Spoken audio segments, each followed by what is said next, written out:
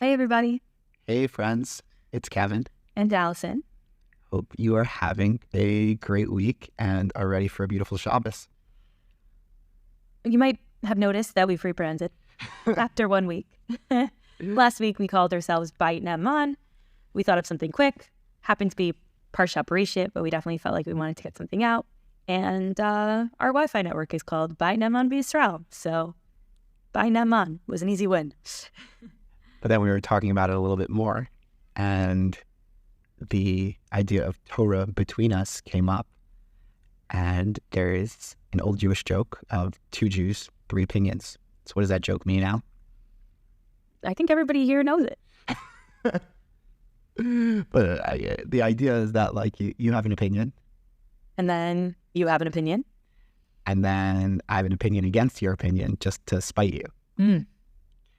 But there's a beautiful way of reading it that you have an opinion on the right, maybe I have an opinion on the left, and then Between us, we can make a new opinion, we can make a new idea. We can think the mezuzah is supposed to be a little bit more straight up or a little bit more bent over, but we put the mezuzah in the middle to make something that's the Torah between us, the Torah of what comes in two things, two ideas, two hearts, two minds mesh. so poetic. Too mushy? A little bit. A little bit? A little bit. Okay. You let us know if we need to dial it down. Well, hopefully there'll be some Torah between us.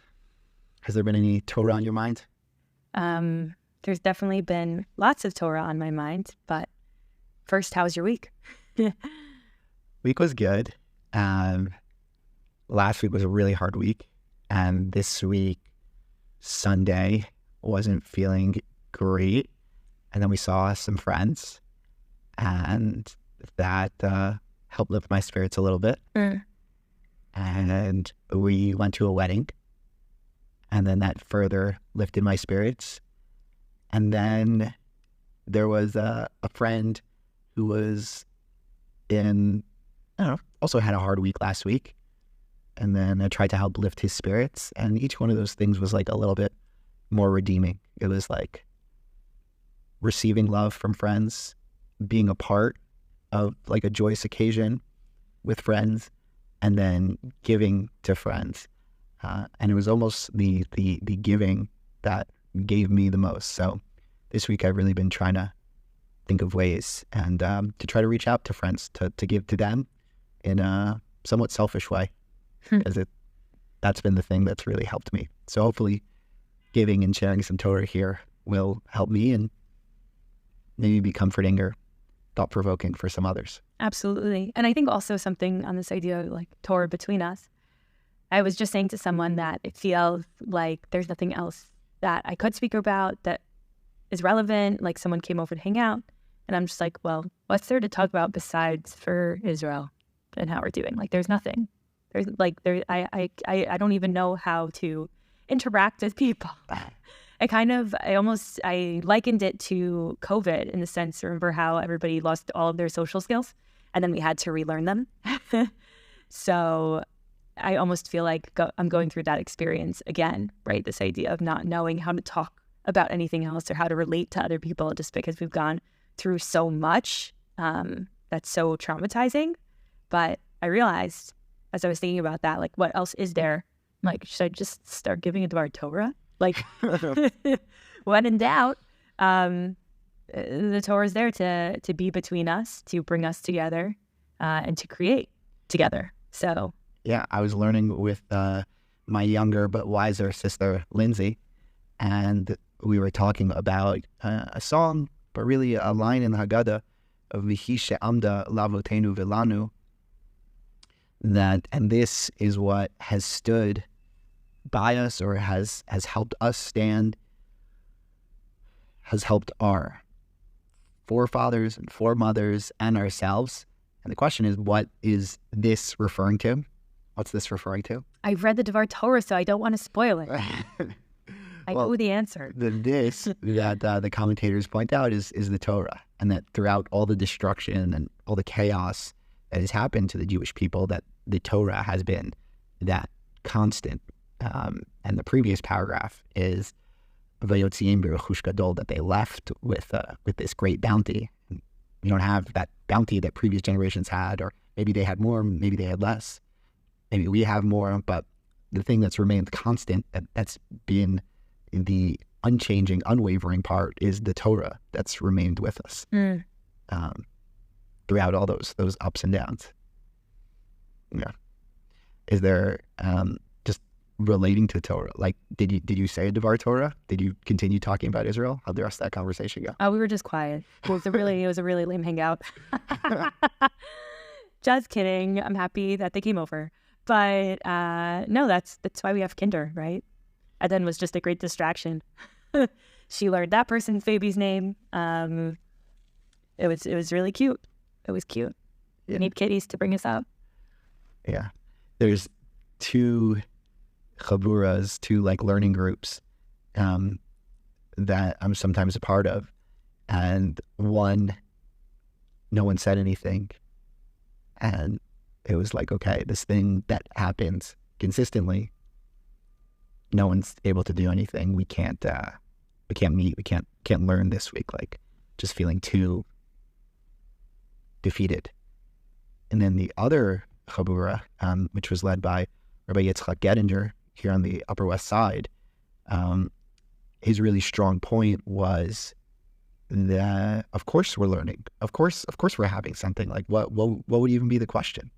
Like, the Torah is what keeps us grounded, and that Rav Moshe Tzvi Weinberg said that we have to continue our routines in a non-routine way. We have to do normal a little abnormally, and that, like, we should still maybe do the things, but do it in a different way. So, but also in a little bit of the same way, because it's the same thing. So, like, and it's always connecting. It's like we're reading the same Parshat Noach. Like, we're not reading Eicha, like a lamentation or something. Like, we're continuing to have this constant of the weekly Torah portion, and that's not changing, even though maybe where our head's at is different. But I don't know, you know what I'm saying about, like, the Torah of consistency versus, like, Torah filling the void.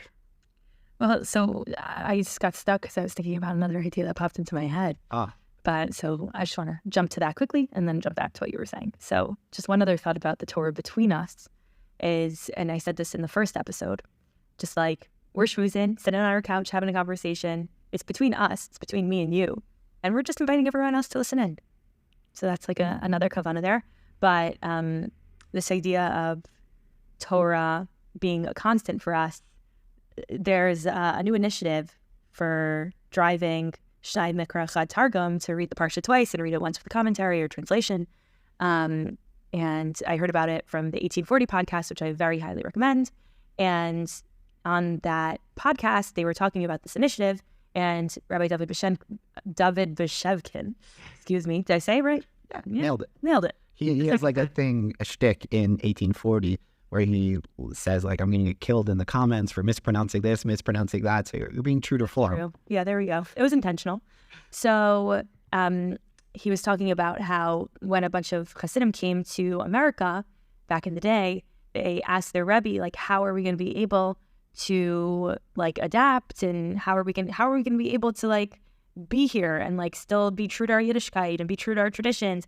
And the Rebbe said, you have to live with the times. They're like, live with the times? Like, what does that mean? Like, what does that even mean? Like, Hasidism is all about holding on to the traditions and, like, bringing you into the times. But the Rebbe was talking about this concept of Shnai Mikra Chad Targum, reading the Torah, reading the Parsha, and living through the times of the Parsha and seeing the Parsha as a living, breathing Torah. And that's something else, another parallel between, I guess, COVID and right now. I remember how freaked out everybody was when COVID broke out and we were reading the Parsha about leprosy and Sarat and isolation and being off on our own. And again, it kind of is creeping up on us, this concept of seeing the Parsha living and breathing and speaking to current events, in the sense of, and in the very beginning of the Parsha, it talks about this concept of Hamas filling the world, which is, could send some shivers. And one thing that like I was thinking about when I encountered this idea of Hamas filling the world, like my initial reaction was like, okay, there are a lot of seeming people who support Hamas to are surprised it's filling the world. There have been an increase in uptick in violence. There's these one of my friends was showing me these Telegram groups that are associated with Hamas that have hundreds of thousands of people in them, and that the world is filled with Hamas in maybe a literal way, in the sense of violence or the message of Hamas, but the terrorist organization. But one feeling that I had very acutely was when you see videos, when you see these horrific things on social media, and it's filling your brain, it's flooding your emotions, that like the world is filled with Hamas because it's everywhere.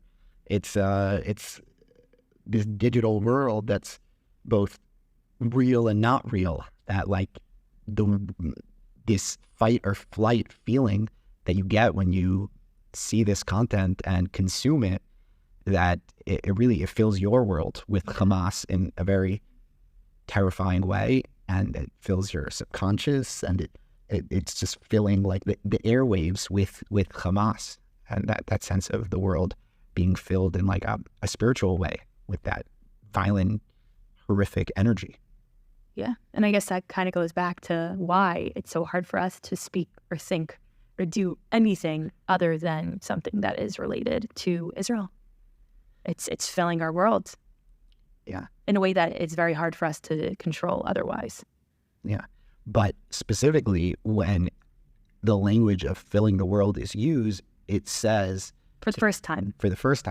It says to people, fruit revu, milu to arts, that you should be fruitful and multiply and fill the land. And then the parsha, our parsha Noach, begins by talking about V'timalei ha'aretz Hamas, that the world was, as Alison was talking about, filled with Hamas, the sense of violence or depravity.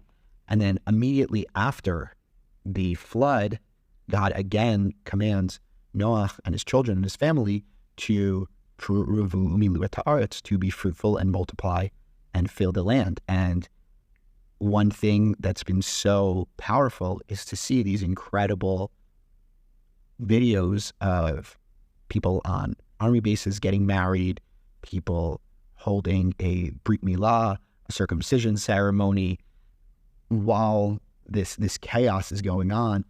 And when the land feels filled with negativity, bringing that positivity, bringing life, affirming life, is really has been one of the most moving responses. And v'chai b'hem, we say that we live by the commandments. That not only do we live by the commandments, that we take our health very seriously, but the commandments should enliven us. Our tradition should enliven us, and it really has been enlivening me. Just being at that wedding, seeing all of these videos of our people doing life-affirming things. Beautiful. So, yeah, we should keep giving life, keep giving l'chaims. We should do more l'chaims. Maybe we'll incorporate some l'chaims into our podcast. It's a fun idea. Torah between us drinking games. There could be something there. But yeah, another thing that was really healing for me this week was honestly taking care of stuff around the apartment. I don't know if you saw that, Al. What stuff? Just kidding. Kevin took care of a lot of things. He cleaned up a lot. We had family over, friends over. We're again in like a funny position because like we're trying to get rid of stuff, but we're also not sure when we were moving out. So it's important to keep our spaces clean and neat, tidy. Yeah, that when you have these raging waters outside, that inside, build an ark, build a home for yourself that you could survive in, that brings maybe a sense of serenity, and there was just felt like some discordance in the apartment. So I took a day or two to get it a little bit more organized for myself, and that really helped me to feel a little bit more inner calm. Kind of our spaces being a reflection of our inner selves. So with our 2 minutes left, do you want to give a quick idea about the Tower of Babel? I do, but honestly, one thing that I'm thinking about, if I could take us in a little bit of a direction, is that this past Shabbat, and really throughout this week, there's been, I think, an extra level of intention in a lot of my prayers, that the words feel so much more relevant than they have before. Have you had that experience at all, or any songs? Completely.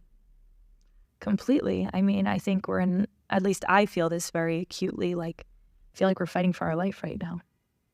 And so when you're talking about either all the beautiful, amazing things that Hashem does for you, and like acknowledging those in the times of challenge, or even just talking about a prayer for Jerusalem, or talking about a prayer for Al Tzadikim, and for the righteous people, and just thinking about all of those righteous, beautiful people who are no longer with us as of October 7th. Yeah, all the words hit different. Yeah. And like last week, the idea of God creating the world with words.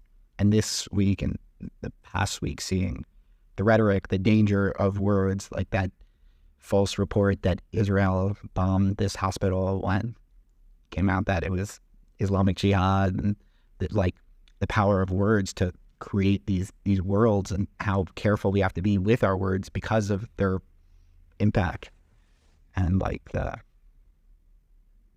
really need to like be careful. Like that's something that I've been thinking about within this podcast, within conversations this week, just trying to be sensitive to language. Well, also with podcasts, you just don't want to get canceled. So you got to watch your words. I feel like we're more at risk of canceling ourselves than being canceled, but who knows? But the commentators, especially the Hasidic tradition, talks about Sohar Ta'aseh Teva, that the Teva, the ark, in Hebrew, Teva also means word. And Sohar is light. That Sohar Ta'aseh Teva, like we need to take our words, which come off very flat. Sometimes when I'm presenting, Allison's like, give a little bit more energy, put a little bit more oomph into the word, give it a little bit more pizzazz. My golden rule is just that whenever you're presenting, you have to be excited by what you're actually saying. Exactly. You have to, so hard, you have to see your words with those emojis on, those effects on it. You know, like in those videos where they animate the words that like in YouTube shorts and things like that. Like the words are like flying in. I got to watch more YouTube videos. Like the subtitles and stuff. Like Sure. boom, boom, boom, Sure. boom. Yes. Yeah. So we're hand gestures, so I know you guys can't see that. But the hand gestures help me understand that. Yeah, the videos where it's like boom, boom, boom, the big white text popping up on the screen, like this is the biggest, baddest, and like the words are like blow, like Shoar Ta'aseh Teva, like take your words and like light them up, enliven them, add those animations to your words so that there's power to them, and there's power. I think like in both what you say, like last week, talking about the words that Hashem said and the worlds that creates, the words that we pray and believing in the power of those words. And then on the other hand, the intentionality of the words that you say, the emotion that you imbue within those words is really powerful also, not just what you say, but how you say it. I just want to give a blessing to everyone that the prayers, that these words that we said, and that the words that we continue to hear are words of Zohar, words of light, words of life, and that hopefully the Torah that we share between us can reach to high places. Amen. Good Shabbos, everybody. Shabbat Shalom.